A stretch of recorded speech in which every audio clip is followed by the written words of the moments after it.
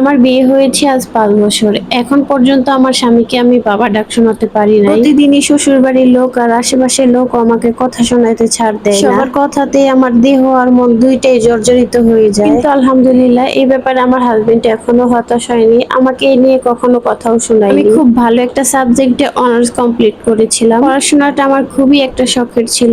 এইচএসসির পরেই মা বাবা আমাকে বিয়ে দিয়ে দেয়। বিয়ের পরে অনেক কষ্ট করে এই পর্যন্ত পড়ালেখা চালিয়ে এসেছি। কিন্তু এর মধ্যে রমজান মাস চলে আসে। এর মধ্যে আমি টের পাই যে আমাদের কোলজোরে একজন নতুন সদস্য আসতে চলেছে। বিয়ের দীর্ঘ ৫ বছর পরে আমাদের কোলজোরে সন্তান আসার আনন্দে আমরা দুজনেই অনেক বেশি খুশি ছিলাম। তখন আমার লেখাপড়াটাও কিছুটা হালকাভাবে নিয়েছিলাম। আর তখন পড়ালেখা নিয়েও এত মাথা ঘামাইনি। আর সবসময় চেষ্টা করতাম কিভাবে নিজের শরীরটা সুস্থ রাখা যায়, ভালো রাখা যায়, কিভাবে বাবুটাকে সুস্থভাবে এই পৃথিবীর আলো দেখানো যায়। একদিন পর যখন আমি ডক্টরের কাছে যাই ডক্টর দেখানোর জন্য, তখন ডক্টর আমাকে বলে বাবুর নাকি হার্টবিট নেই। তখন এই কথাটা শোনার পর আমাদের সব স্বপ্ন ধূলিসাৎ হয়ে যায় এবং সবকিছু কেমন যেন অন্ধকার হয়ে যায়। ভাগ্যের কি নির্মম পরিহাস। দীর্ঘ ৫ বছর অপেক্ষা করার পর আমি একটা মৃত মেয়ে সন্তানের জন্ম দিয়েছিলাম। সেদিন আমি আমার স্বামীর হাত ধরে বলেছিলাম আমাকে ক্ষমা করেন, আপনাকে বাবা ডাক শোনাতে পারিনি। যে সন্তানের আশায় আমার সব শখ মাটি দিয়ে রেখেছিলাম, ওই সন্তানই আমার সবকিছু মাটি দিয়ে চলে গেল। আমার আর কিছু করার নেই। সেদিন আমার হাজবেন্ডের হাত ধরে আমি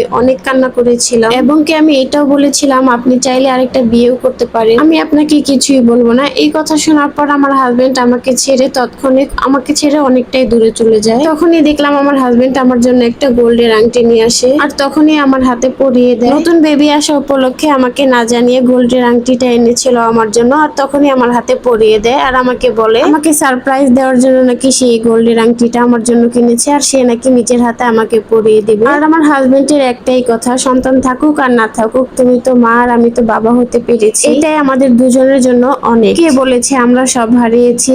আল্লাহ আছে আমাদের জন্য। আল্লাহ আমাদের দিয়েছে আবার আল্লাহ আমাদের কাছ থেকে নিয়ে নিয়েছে। আল্লাহর ফয়সালার উপরে আমরা সন্তুষ্ট, আলহামদুলিল্লাহ। তুমি ভেঙে পড়ো না, তোমার পাশে আছি আমি সবসময়, লক্ষ্মী বউটি আমার, তুমি আর কষ্ট পেও না। এ কথা বলেই সে আমাকে সঙ্গে সঙ্গে জড়িয়ে ধরলো। এর মাঝে আমাদের ২-৩টা বছর খুবই ভালো কাটলো। এই ২-৩টা বছর আমরা ডক্টরের চেক আপে ছিলাম। একটি সুনামধন্য ডক্টরের চেম্বারে যে আমরা দুজনেই বসলাম। আমার হাজবেন্ড আমার হাতটি ধরেই বসে আছে। এতদিন যে চেক আপ গুলো করিয়েছিলাম এগুলো সব রিপোর্ট আজকে আমাদের হাতে এসেছে। রিপোর্ট গুলো দেখে ডক্টর আজকে আমাদের যে কোনো একটা সিদ্ধান্ত দিবে। আমাদের বিয়ের আজ প্রায় ৯ বছর। এর মধ্যে একবার মাত্র মা হওয়ার স্বাদ পেয়েছিলাম। মাত্র ৯ মাস আমার পেটে থাকার পর বাচ্চাটি মারা যায়। এর মধ্যে আমার ৩টা মিসক্যারেজও হয়েছিল। ডক্টর আমার সবগুলো রিপোর্ট দেখার পর বলল আমি নাকি আর কোনোদিন মা হতে পারবো না, আমি আর কোনো পদ্ধতিতেই নাকি মা হতে পারবো না। এই কথাটি শোনার পর মনে হলো আমার মাথায় আকাশ ভেঙে পড়লো। ডক্টরের চেম্বারে বসেই কান্নায় ভেঙে পড়লাম আমি। আমার হাজবেন্ড আমার হাতটি শক্ত করে ধরলো।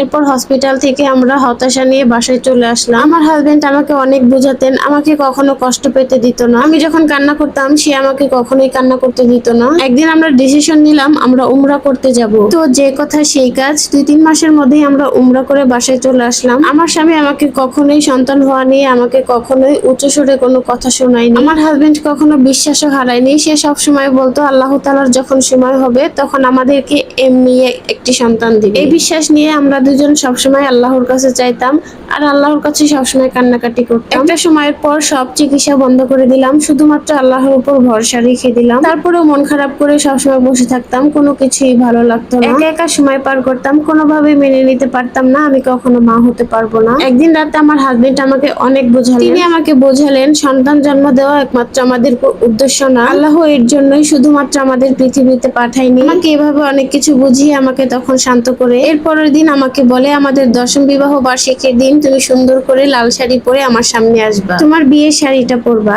আমিও সেজেছিলাম, ঘরটা ফুল দিয়ে সুন্দর করে সাজিয়েছিলাম। এভাবেই বেশ হাসি খুশিতে আমাদের দিনগুলো চলতেছিল। এরপর আবার রমজান মাসে আল্লাহ তাআলা আমাদের আবার একটা সুসংবাদ দেন। কোনো ট্রিটমেন্ট ছাড়াই আমি আবার আল্লাহর রহমতে আবার কনসেপ্ট করি ১০ বছর পর। বিয়ের ১০ বছরে যে আমি নিঃসন্তান ছিলাম আর আলহামদুলিল্লাহ আল্লাহর রহমতে বিয়ের ১২ বছরে আমি ২ সন্তানের মা। আলহামদুলিল্লাহ আর শুকরিয়া যে আল্লাহ আমাকে ২ সন্তানের জননী করেছে, যিনি আমাকে এমন ভালো মনের একজন স্বামী দিয়েছে। সুবহানাল্লাহ, আলহামদুলিল্লাহ। তাই তো আল্লাহর উপর কখনো নিরাশ হবেন না, আল্লাহ চাইলে সবকিছুই সম্ভব। আর আজকের ভিডিওটি ছিল একটা আপুর ফেসবুক টাইমলাইন থেকে। গল্পটি একদমই আমার সাথে কখনো মিলবে না আর কেউ মিলাতেও যাবেন না।